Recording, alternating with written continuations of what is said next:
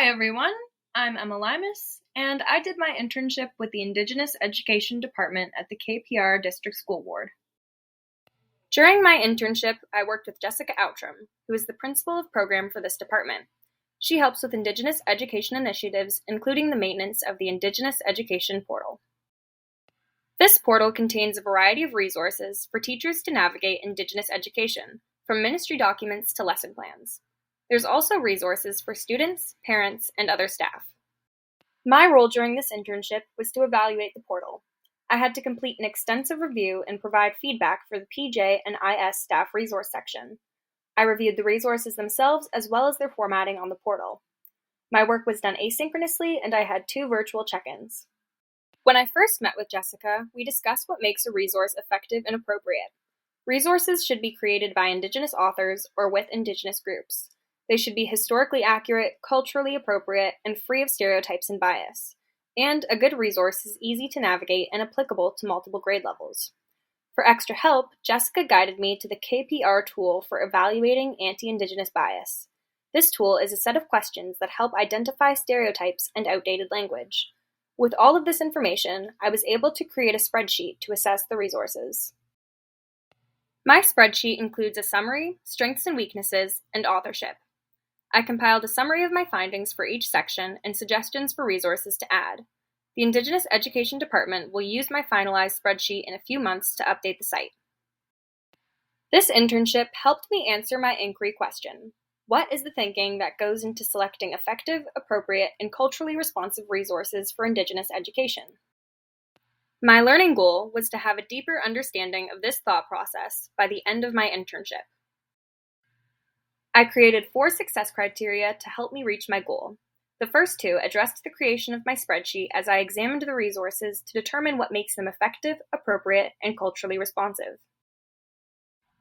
After my discussion with Jessica, and after evaluating a slew of resources, I learned that the strengths of a resource include respectful language, cultural and historical accuracy, site navigability, and applicability to the classroom.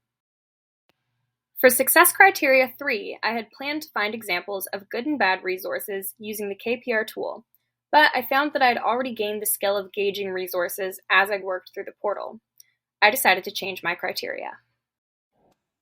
Instead, I evaluated the KPR tool itself, as well as another tool, to come up with a full list of criteria for choosing culturally responsive resources. From the KPR tool and a tool from the document Our World, Our Ways, I was able to create my list.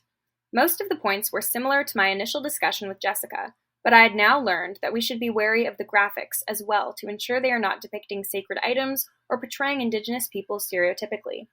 I also learned that we need to ensure our resources do not refer to Indigenous people as people of the past. My 4th success criteria was the summation of all of my learning. I was to create my own comprehensive criteria for assessing resources. I also altered this criteria to acknowledge that I was building my evaluation from my discussion with Jessica, the KPR tool, the Our World, Our Ways tool, and my research on Indigenous education. I had the first 3 requirements, but now I had to do research. The research I completed could be divided into 2 main topics: how to best implement Indigenous education and what support teachers need for implementing Indigenous education. I looked at a variety of studies, documents, and meta-analyses to determine my findings.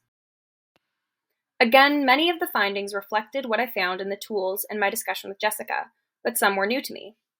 I learned that many educators hesitate with Indigenous education due to a lack of confidence. To counter this, resources should have enough structure, provide background information, and have clear subject connections. In terms of implementing Indigenous education, I encountered some key findings. Research shows that Indigenous education should be taught through Indigenous pedagogy rather than as an add-on to a vaguely related Westernized lesson. Learning should be done holistically, with inquiry, land-based learning, social-emotional learning, community, and citizenship. All the pedagogical strategies that are being pushed today due to their effectiveness in the classroom. Once I had my findings from research, the framework tools, and my discussion with Jessica, I identified the many areas of overlap and new ideas I could use to create my comprehensive criteria.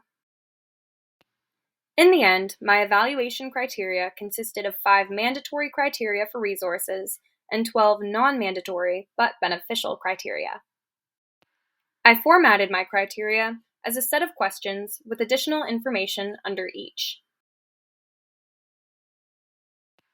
My criteria takes into account authorship, cultural responsivity, and historical accuracy, like many other criteria you could find online. But it also includes criteria that take into account Indigenous pedagogical strategies and holistic teaching beliefs. It also includes criteria that make resources most accessible for new educators that are not yet confident with Indigenous ed. My criteria is unique in this way, and even just reading through the questions provides educators with a better understanding of how to approach Indigenous education. Throughout my internship, I followed Kolb's learning framework, starting with the assessment of resources, to my reflection on criteria, to the creation of my own comprehensive evaluation criteria, to plans for the future to test my criteria. In active experimentation, I will provide my resource to coworkers struggling to navigate Indigenous ed and determine if the criteria help them in finding resources and better understanding implementation. The end goal of my criteria and the future of Indigenous education resources in general is to indigenize the classroom. By seeking out resources and using criteria frameworks, I hope educators understand the importance of implementing Indigenous education and see the benefits of Indigenous pedagogical strategies, such as subject integration, land-based learning, and the importance of community. In the future, educators should feel confident in consistently incorporating Indigenous content.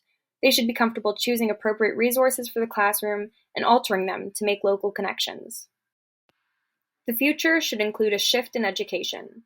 Education should become a place where indigeneity is acknowledged and celebrated, where Indigenous knowledge and practices are validated and their importance is understood.